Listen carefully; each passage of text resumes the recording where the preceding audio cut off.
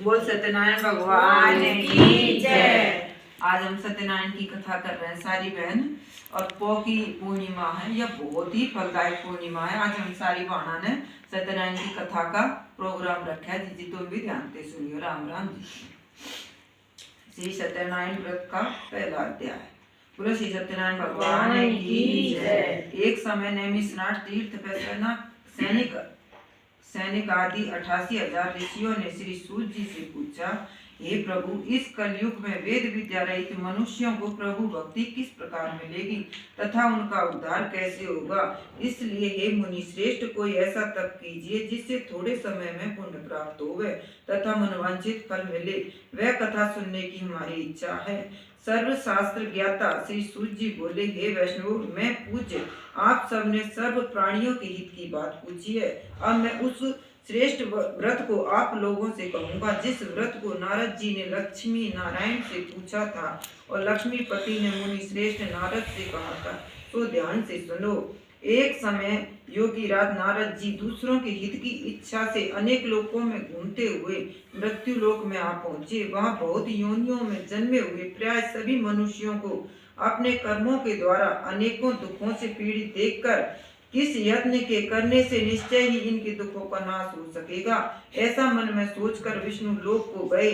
वहां श्वेत वर्ण और 4 भुजाओं वाले देवों के इस नारायण को, जिनके हाथों में शंख चक्र गदा और पद्म थे तथा वनमाला पहने हुए थे, देखकर स्तुति करने लगे। हे भगवान, आप अत्यंत शक्ति से संपन्न हैं। मन तथा वाणी भी आपको नहीं पा सकती। आपका आदि मध्य और अंत नहीं है। निर्गुण स्वरूप सृष्टि के आदि भूत व भक्तों के दुखों को नष्ट करने वाले हो। आपको मेरा नमस्कार है। नारद जी से इस प्रकार की स्तुति सुनकर विष्णु भगवान बोले कि हे मुनि श्रेष्ठ, आपके मन में क्या है? आपका यहाँ किस काम के लिए आगमन हुआ है? निसंकोच कहो। तब नारद मुनि बोले, मृत्यु लोक में सब मनुष्य जो अनेक योनियों में पैदा हुए हैं, अपने अपने कर्मों के द्वारा अनेक प्रकार के दुखों से दुखी हो रहे हैं। हे नाथ, मुझ पर दया रखते हो तो बतलाइए कि उन मनुष्यों के सब दुख थोड़े से ही प्रयत्न से कैसे दूर हो सकते हैं? श्री भगवान जी बोले, नारद, मनुष्यों की भलाई के लिए तो उन्होंने बहुत अच्छी बात पूछी है। जिस काम के करने से मनुष्य मुंह से छूट जाता है वह मैं कहता हूँ, सुनो। बहुत पुण्य को देने वाला स्वर्ग तथा मृत्यु लोक दोनों में एक दुर्लभ व्रत है। आज मैं प्रेम बस होकर तुमसे कहता हूँ, सत्यनारायण जी का व्रत अच्छी तरह विधान पूर्वक करके मनुष्य तुरंत ही यहाँ सुख भोगकर मरने पर मोक्ष को प्राप्त होता है। श्री भगवान के वचन सुनकर नारद मुनि बोले कि उस व्रत का क्या फल है, क्या विधान है और किसने यह व्रत किया है और किस दिन यह व्रत करना चाहिए?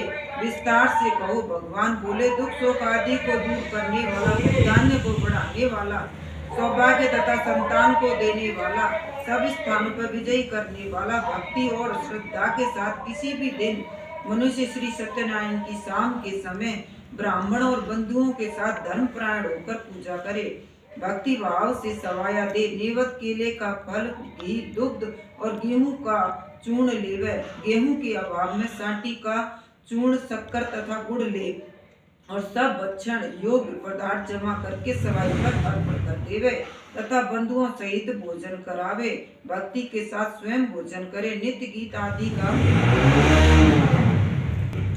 आचरण कर सत्यनारायण भगवान को स्मरण कर समस्त समय व्यतीत करे। इस तरह का व्रत करने पर मनुष्य की इच्छा निश्चय ही पूरी होती है। विशेषकर कली काल में की भूमि पर यही मोक्ष का सरल उपाय है। इति श्री सत्यनारायण का पहला अध्याय। बोलो श्री सत्यनारायण भगवान की जय। दूसरा अध्याय। सूत जी बोले, हे ऋषियों, जिसने पहले समय में इस व्रत को किया है उसका इतिहास कहता हूँ, ध्यान से सुनो। सुंदर काशीपुरी नगरी में एक अति निर्धन ब्राह्मण रहता था। वह भूख और प्यास से बेचैन हुए नित्य पृथ्वी पर घूमता था।